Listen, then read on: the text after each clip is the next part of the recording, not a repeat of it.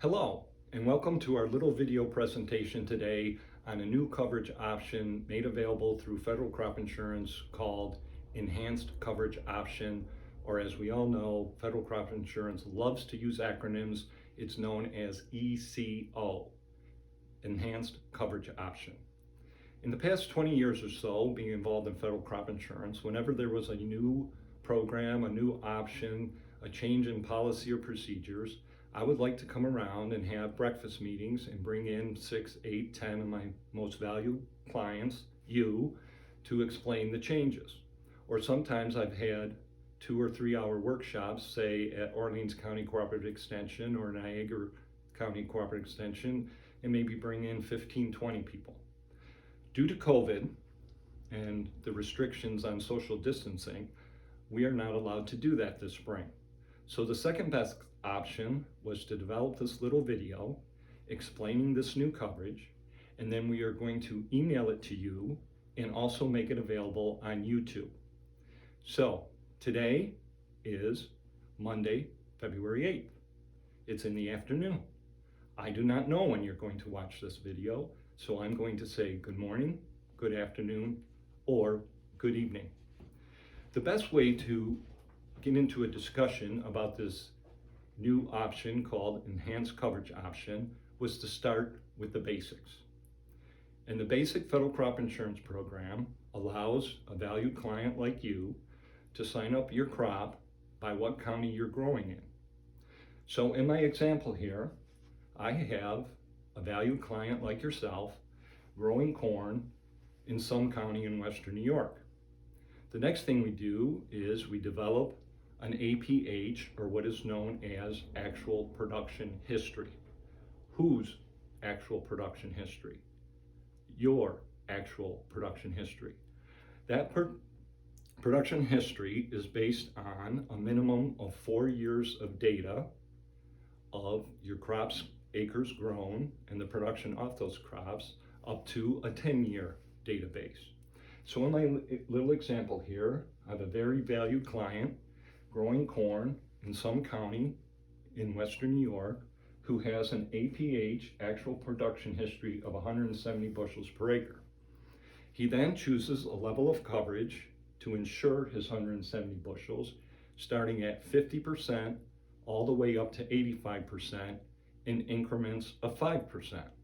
So in my little example, my valued client has chosen to insure his APH at 70%. 70% of 170 bushels is 120 bushels.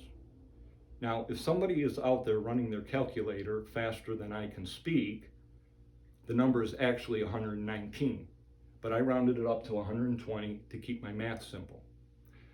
So in any given year, if this valued client was to have a yield lower than 120 bushels caused by too much water, or maybe not enough water, or a major drought, we would pay him on whatever his yield was under the 120 bushels up to 120 bushels at the projected price for that crop. The projected price in the program is established by the average trading days in February for corn on a December contract. For soybeans, it's the average trading days in February on a November contract. So in my example, the projected price of corn was $4. Actually, in 2020, the projected price for corn came out at $3.88. But again, I'm rounding up to keep my math simple. So 120 bushels times $4 of projected price gives me $480 of acre liability. In other words, if we had such a catastrophe where somebody planted corn and it never came up, it never grew, and there was no harvest, the most indemnity that you would receive per acre is $480. That acre liability also establishes what our preventive planning payment would be. Preventive planning is when you can't plant your crop due to a wet, cold spring or an extremely dry spring. You can't plant your crop by June 10th, you are eligible for a preventive planning payment. In our corn contract, it's 60% of whatever our acre liability would be. So in my example, this person would have $288 of preventive planning payment per acre protection. Now, I'm going to run through a soybean example very quickly without drawing it out. So if I have a valued client like yourself growing soybeans in a county in Western New York, and say that your APH for your soybeans was 60 bushels per acre. If you chose the 60% level of coverage, that means the federal crop insurance is guaranteeing in any single year that you would raise 36 bushels per acre. Let's pretend that the projected price, those average trading days in February on a November contract, came out at $10. 36 bushels per acre guarantee times a $10 price would give me $360 of acre liability. In the soybean contract, our preventive payment is 65% of our acre liability, or in my example, it would be $234 per acre. That's the basic crop insurance program. In 2014, in the 2014 Farm Bill, a new coverage was made available called Supplemental Coverage Option, or the acronym was SCO. SCO increased whatever coverage that we had on our underlying policy up to 86%. But this new coverage option had some new terminology that you need to be aware of. First of all, it was referred to as an area-based coverage. What that means is that it was not based on your own individual farm or your own individual APH, but it was based on an expected county yield. In other words, the area was the county that we're in. Now, I understand that in some states like South Carolina and North Carolina, that an area could encompass more than one county, possibly 2, 3, or 4. But in Western New York, our area-based coverage is based on each individual county. So, in my example here, last year in 2020, the expected county yield for Orleans County corn was 162 bushels. I already mentioned that the projected price for corn in 2020 was $3.88. So when I multiply 162 bushels by 388, I come up with $628 of income per acre. This SCO coverage at 86% would then guarantee me that 86% of 628, that I would have at least $540 income per acre. Now, we also know for 2020 that the fall harvest price has already been determined. The fall harvest price for corn and soybeans is the November trading days on corn for that December contract and the October trading days for soybean on that November contract. So last fall, our fall harvest price for corn came out at $3.99. So it went up. I do not know what the actual county yield is for Orleans County, but I can make a calculation. If I divide the income protection of $540 by that harvest price of $3.99, it tells me that if the Orleans County yield would come in less than 135 bushels, I would have an income payment. Do I believe that would happen? I'm going to say no. I do not know this for sure because all the information has not been gathered for your harvest for 2020. But I do know from speaking with most of you throughout the fall and winter that most of us had a pretty good year. Some of us, I am even told, have had a very good year. So I do not expect that the Orleans County average actual production is going to be less than 165 bushels. Now, there's a couple of interesting things with this coverage when it was made available in the 2014 Farm Bill. Also in the 2014 Farm Bill, there were two new programs introduced through the Farm Service Agency, that you were allowed to sign up for. One was called Agricultural Risk Coverage, or ARC. The second program was PLC, or Price Loss Coverage. There was a correlation of benefits between the programs at the FSA and this SCO coverage. If you signed up for the ARC, the Agricultural Risk Coverage at the FSA office, you were not eligible to sign up for the SCO through the Federal Crop Insurance Program.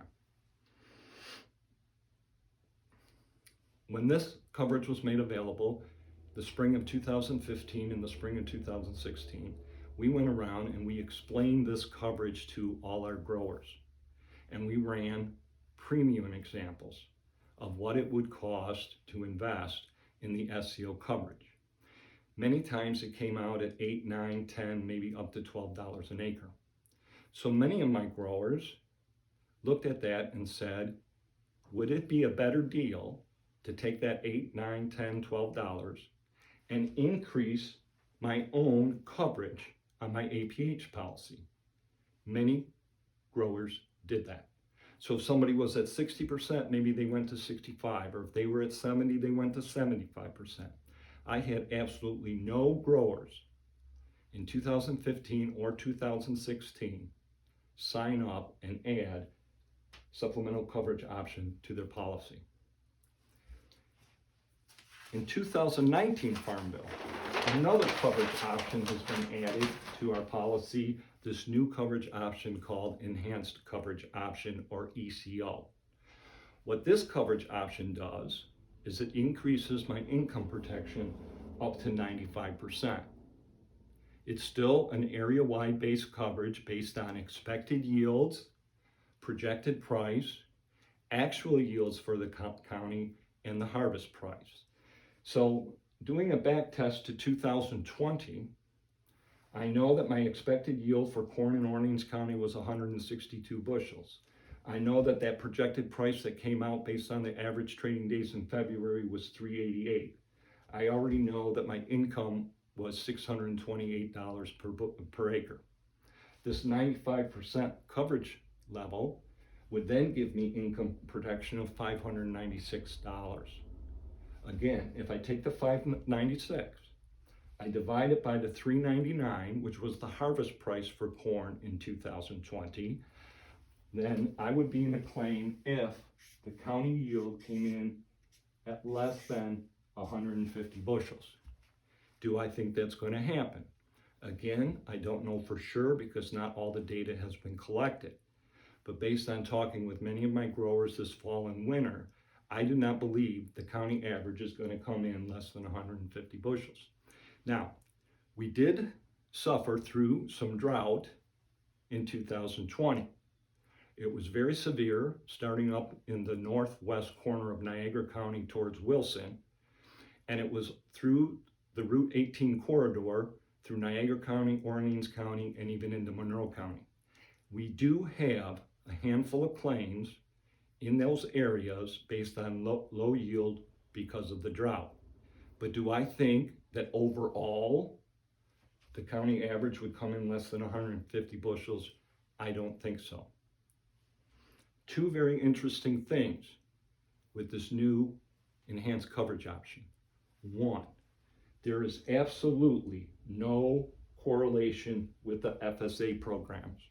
So you could be signed up for either the ARC program at the FSA office or the PLC program at the FSA office. You are still eligible to purchase this level of coverage. Number two, you do not have to buy the middle level of coverage or the SCO coverage to get the ECO coverage. That makes this very interesting. What that means in our risk management strategies is that we can look at our underlying policy based on our APH, our own individual farm, pick a level of coverage that will determine what we want for preventive planning payment. Then we can look at adding the ECO on top of that to give us the income protection without participating in the middle coverage, the SCO coverage, and it doesn't matter what program that I'm participating in at the FSA office. The best way to give you an idea of these two moving parts, there's two moving parts to ECO: expected county yield to actual county yield, projected price to harvest price, is to do some back testing. So I've already back tested it for 2020. I don't think if ECO was made available in 2020, and if we had purchased this coverage option, that we would be in a claim for indemnity, because I don't believe our yields fell. Because notice that the price went up. So if the price goes up, then the yield needs to go down to be able to get into a claim. So in back testing this, I went back to 2018, corn in Orleans County. I know that the expected yield for corn in 2018 was 162 bushels. I know that the projected price that came out in the February trading days in 2018 on corn was $3.96. I multiply 162 times $3.96, my income was $642 per acre. ECO would insure 95% of that, or $610 per acre. I also know that the actual yield in Orleans County on corn came in at 160 bushels per acre, so it slipped a little. I also know that the price slipped. That harvest price on corn, those trading days in November on that December contract, was $3.86. I multiplied 162 bushels times the 386, I come out with $589 of income. So ECO would have paid a claim indemnity of approximately $20 or $21 per acre. That's interesting, because as I've been fooling around with quotes and rates for ECO coverage, you're going to see that the ECO coverage, the premium could be anywhere between $14, $15 an acre, maybe $17, $18 an acre, all the way up to $20 an acre. So if this was available in 2020, our indemnity would have been equal to about our premium. So it would have been a wash. If I go back to 2016, corn in Orleans County, the expected yield again was 162. Now here's an interesting observation. It shows me that in the federal crop insurance program that our expected yields haven't changed very much. The projected price for corn, those trading days in February on a December contract for 2016, the price came out at $3.86 a bushel. 162 times 386 gives me $325 of income. The ECO option would insure 95% of that, or give me $594 per acre income protection. What actually happened? Well, 2016 was a drought. The actual yields came in at 139 bushels. The price fell to $3.49. 139 bushels actual harvest in Orleans County times $3.49 harvest price, my income was $485. That means my indemnity payment would have been $114 per acre. I don't want to leave out my valued clients in Niagara and Monroe County, so I ran some examples. 2016 corn in Niagara County. Our expected yield was 153. We already know the projected price that year was 386. 153 times 386 is $590 of income per acre. I can insure that with my ECO option. 95% of that would give me $561 of income protection. What actually happened in 2016? The yields came in at 130 bushels per acre for Niagara County. We already know the fall harvest price was $3.49. 130 times $3.49, $454 of actual income. The difference, $108 indemnity payment. Now please realize, what we're talking about here are county averages. It doesn't matter that in 2016, you may have had 160 bushels. It doesn't matter that you sold corn in 2016 for $3.75. It's the formula of the county average, not your individual yield, times the harvest price in the program, not what you actually sold the crop for. Same example, year 2016, corn in Monroe County. Our expected yield was 161.5 bushels per acre, very similar to Orleans County. We already know, projected price was 386. 161.5 times 386.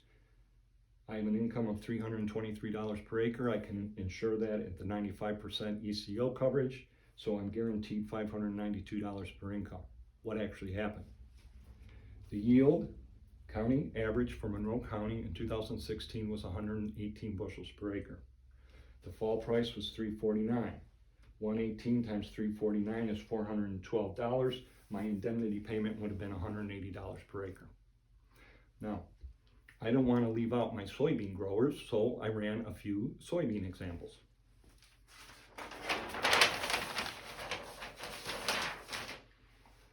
And I picked 3 different years, 3 different counties. So in 2020, my expected soybean yield in Orleans County was 48 bushels per acre. My projected price last February of 2020 on that November contract came out $19.17.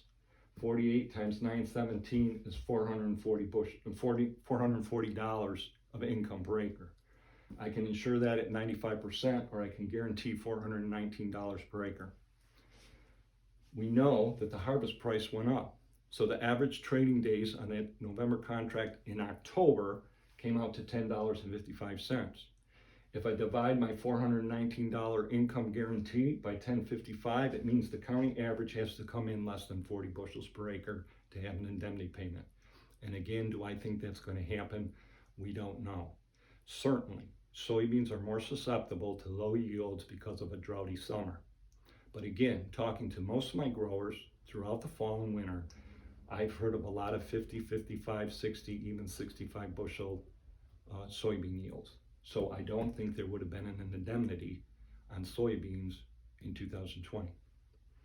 So then I went back and I picked out 2019 and I picked out Niagara County. The expected yield in 2018 for soybeans in Niagara County was 42 bushels. That February price came out at $10.16. 42 times 1016 gives me $467 of income. I can insure that at 95% with my ECO option, so I'm guaranteed $405 per acre income. The actual yield went up. The actual yield in 2018 in Niagara County was 49, but the price went down. So the fall price, the average trading days in October on that November contract was $8.60. When I multiply 49 bushels times 860, I come out with $421 of income. So my income was more than my guarantee there'd be no indemnity. I went back to 2016, I picked Monroe County, same formula. The expected soybean yield for Monroe County in 2016 was 46 bushels. The price that came out in those average trading days in February was $8.85. 46 times 885, my income is $407 per acre. 95% coverage, I could have guaranteed myself $387 of protection with the ECO option. What actually happened? The yield went down. The yields in 2016 in Monroe County came in at 41 bushels per acre. The price went up. So the harvest price, those October trading days on that November contract came in at $975. 41 times 975 gives me $399 of actual income. My income was more than my guarantee. There'd be no indemnity. The reason I want to show this, because it actually came about quite accidentally, was to show you the relationship between these two moving parts. So in 2018, the yield went up, but the price went down.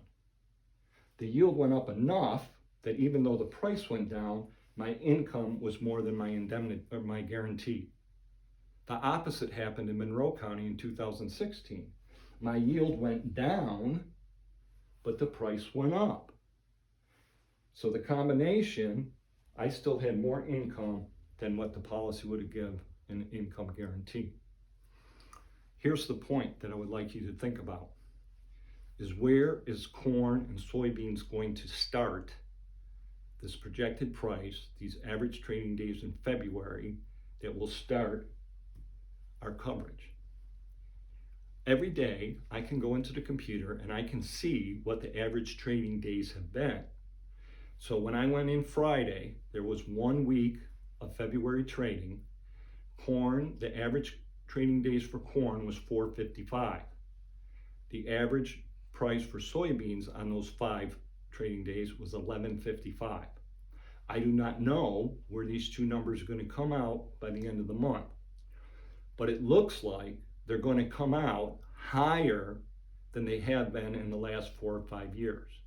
So is this the year to look at the fact that our commodity prices are starting higher than normal, or higher than recent averages anyways?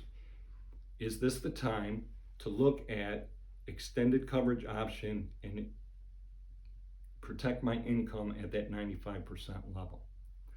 So where do we go from here?